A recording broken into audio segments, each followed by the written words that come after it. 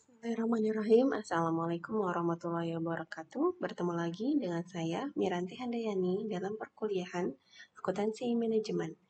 Di pertemuan ke-14 ini, kita akan masih melanjutkan penjelasan mengenai materi yang sebelumnya di pertemuan ke-13, yaitu penganggaran. Jadi, di materi yang sebelumnya, kalian dijelaskan mengenai unsur master budget itu ada dua, anggaran operasional dan anggaran keuangan. Anggaran operasional sendiri ada anggaran penjualan, produksi, bahan baku langsung, tenaga kerja langsung, biaya overhead pabrik, persediaan akhir barang jadi, dan anggaran beban penjualan dan administrasi. Sedangkan anggaran keuangan atau financial budget itu ada anggaran pengeluaran modal, anggaran kas, anggaran laba rugi, dan anggaran neraca.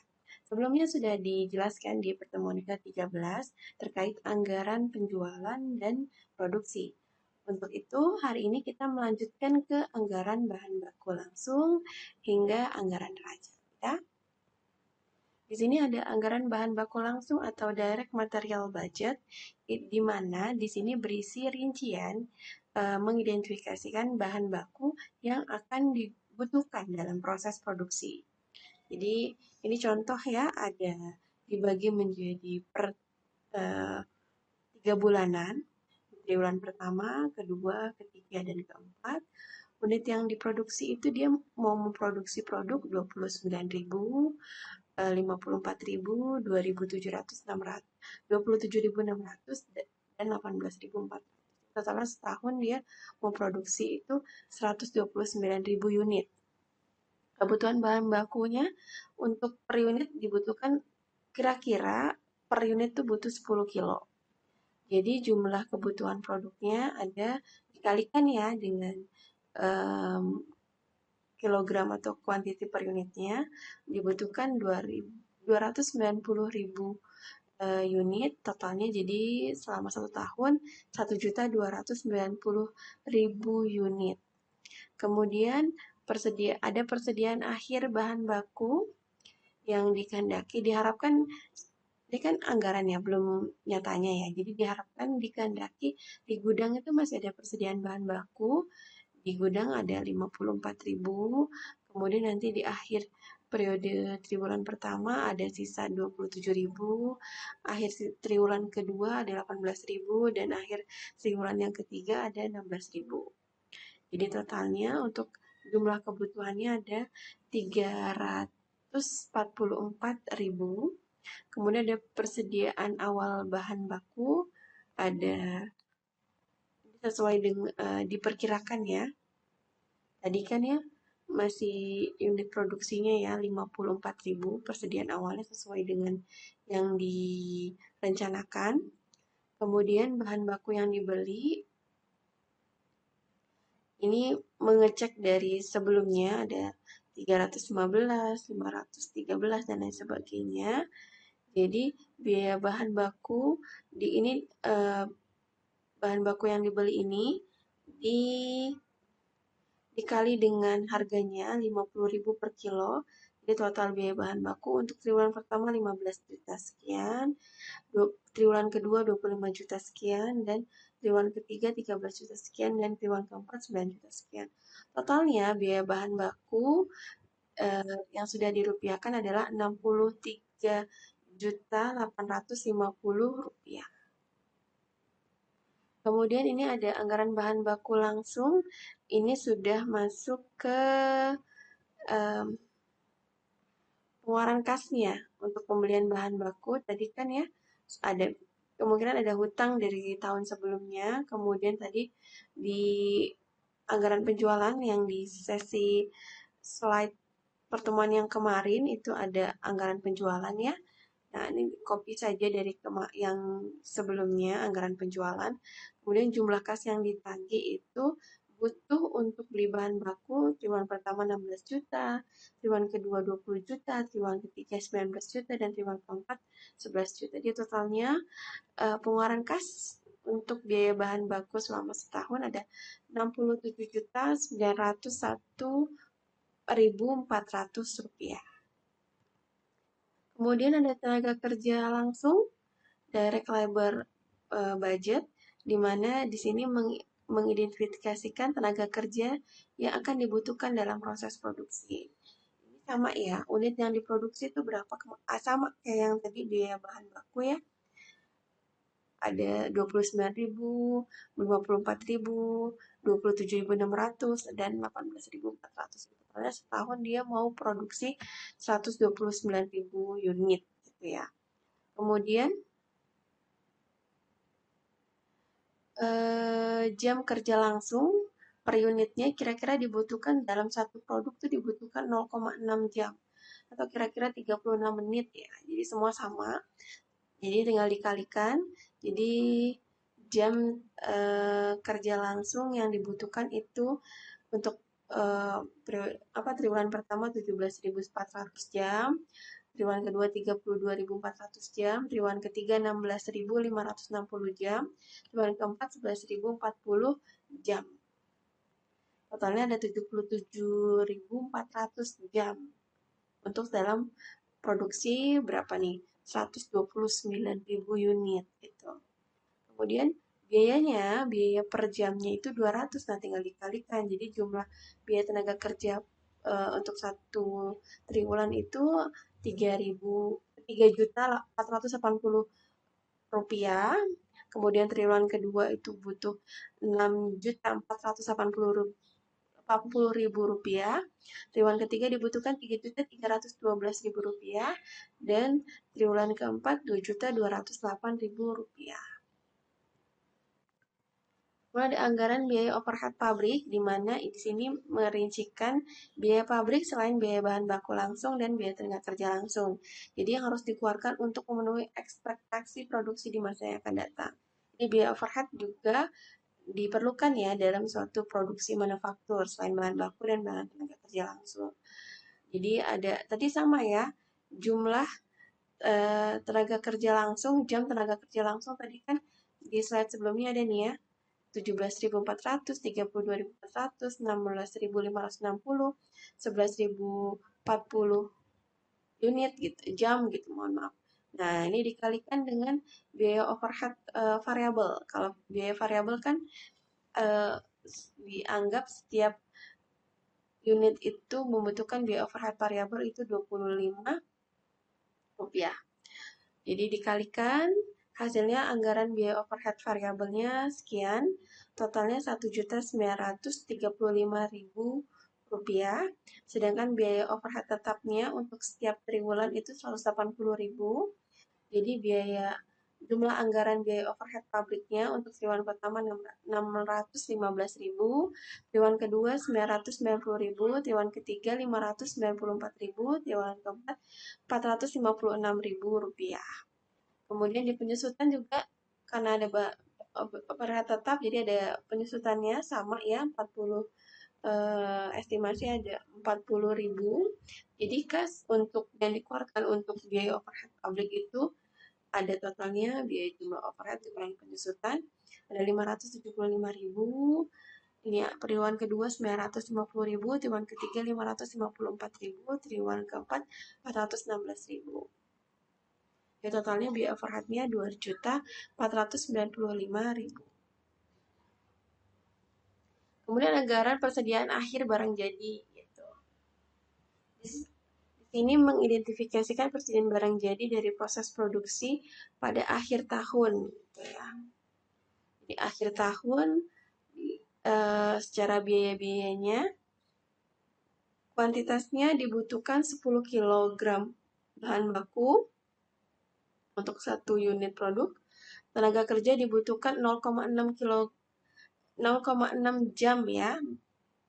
Bukan kilo ini, 0,6 jam per satu unit. Dan biaya overheadnya juga dibutuhkan 0,6 jam per satu unit. Jadi untuk biayanya, biaya satu unitnya itu dibutuhkan biaya bahan bakunya belinya 50 rupiah, biaya tenaga kerjanya per jamnya itu 200, sedangkan biaya overheadnya per jamnya 35.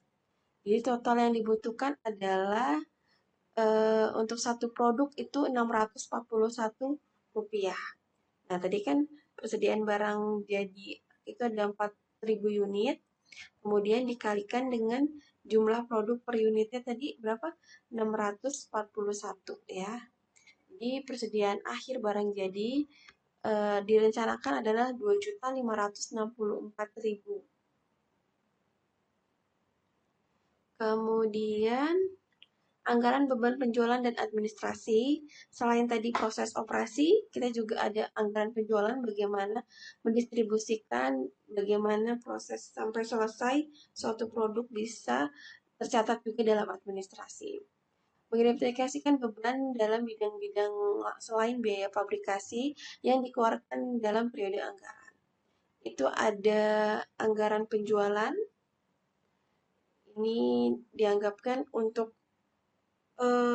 target penjualannya adalah 20.000 unit, triwulan pertama, triwulan kedua 60.000 unit, tahun ketiga 30.000 unit, triwulan keempat 18.000 unit. Kemudian jumlah administrasi penjualannya dianggapkan ada 400, 120, 1.200.000, 600.000, 360. Kemudian ini adalah iklan ya. Kalau penjualan hubungannya sama marketing atau iklan, terus ada biaya administrasi juga, ini biaya tetap, ini biaya tetap atau biaya administrasinya ya terkait dengan asuransi, kemudian ada biaya tetap yang dianggarkan, terus ada biaya eksekutif gitu ya. Totalnya jumlah biaya administrasi dan penjualan yang dianggarkan untuk periode 1 triwulan pertama adalah 800.000, triwulan kedua 1.580, triwulan ketiga 740, dan triwulan keempat sama 740. Nah, demikianlah selesai proses yang tadi ya, penganggaran di bidang produksi. Kita lanjut ke penganggaran di bidang finansial, baik financial budget ya. Di sini ada anggaran kas atau kas budget, suatu rencana rinci yang memperhatikan bagaimana sumber daya kas akan diperoleh dan digunakan selama periode waktu tertentu. Jadi gimana kas nanti dipakai untuk salah satunya biaya beli bahan baku, biaya tenaga kerja gitu ya. Kemudian ada anggaran laba rugi, suatu rencana rinci yang memperhatikan estimasi pendapatan dan beban dari aktivitas yang menghasilkan laba atau rugi untuk periode anggaran tertentu. Sama kayak di laporan keuangan, laba rugi berarti terkait pendapatan dan beban. Ini juga ya. Di sini ada penjualannya, kemudian diharapkan anggaran untuk penjualan ada 128 juta rupiah ya. Jadi berharap penjualannya dapat segitu omsetnya. Kemudian HPP-nya dari perkiraan tadi ya, terkait produksinya. Kemudian laba kotor diharapkan ada 45 juta. Kemudian tadi kita udah hitung biaya penjualan dan administrasi, sehingga ketemu laba bersih 41 juta sekian. Kemudian ada beban bunga, kemudian ada pajak di perhitungan presentasinya dari laba bersih. Jadi laba setelah pajak diharapkan dari produksi, dari omset 128 juta diharapkan dapat 40 juta sekian bersihnya gitu ya. Kemudian ada anggaran neraca, di mana memperhatikan estimasi kondisi keuangan pada akhir periode anggaran tertentu. Jadi sama ya, kalau neraca isinya berarti adalah aktiva, kemudian kewajiban dan beban. Di sini dibagi ya, aktiva lancar, kas. Ini biasanya memperhatikan neraca yang sebelumnya, periode sebelumnya. Kemudian di sini juga ada aktiva tetap, kemudian ada kewajiban, ada utang lancar, utang dagang tadi ya, ada transaksi di biaya persediaan barang akhir, persediaan barang jadi akhir.